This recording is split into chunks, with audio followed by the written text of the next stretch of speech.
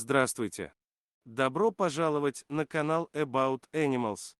Некоторые животные – лучшие друзья человека, мы это хорошо знаем.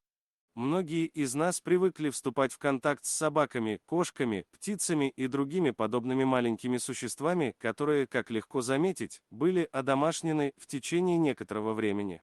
Однако есть животные, которых можно встретить только в определенных учреждениях, зоопарках, парках и так далее, где сохраняются и охраняются различные виды и где каждый может полюбоваться их красотой и уникальностью. Таким образом, даже те, кто не может сесть на самолет и отправиться в дальние страны, имеют возможность увидеть львов, зебр, жирафов, слонов, белых медведей, лемуров и многих других вблизи. Однако будьте осторожны, чтобы не побеспокоить этих животных и оставить их в покое, наблюдая за ними с любопытством. Что могло произойти? Оказаться в ситуации маленькой девочки в этой истории. Давайте выясним, что с ней случилось и почему. Инцидент произошел в Мексике, когда маленькая девочка, посещавшая зоопарк со своей семьей, подошла к клетке с обезьянами, чтобы поближе понаблюдать за ними.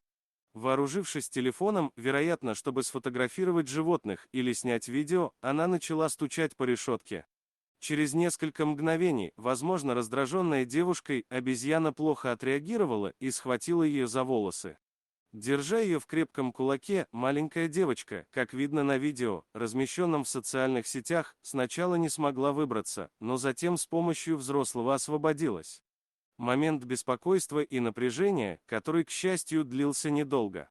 Жаль, что когда малышка попыталась выбраться из клетки, ее схватили во второй раз, снова за волосы и с ожесточением потянули.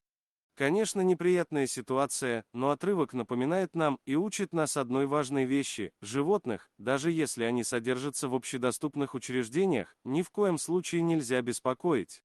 Мы можем восхищаться ими, предаваться созерцанию их особенностей в течение долгих минут, но мы не должны дразнить их, раздражать их и прежде всего, как мы часто читаем на вывесках, разбросанных по помещениям, мы не должны стучать по окнам или клеткам, чтобы не мешать им создавать небольшие или большие травмы и избегать реакций, подобных реакциям обезьяны. Спасибо за просмотр. Подписывайтесь на канал, где вы найдете еще много интересного, а также ставьте лайки и пишите комментарии, что думаете насчет этой истории.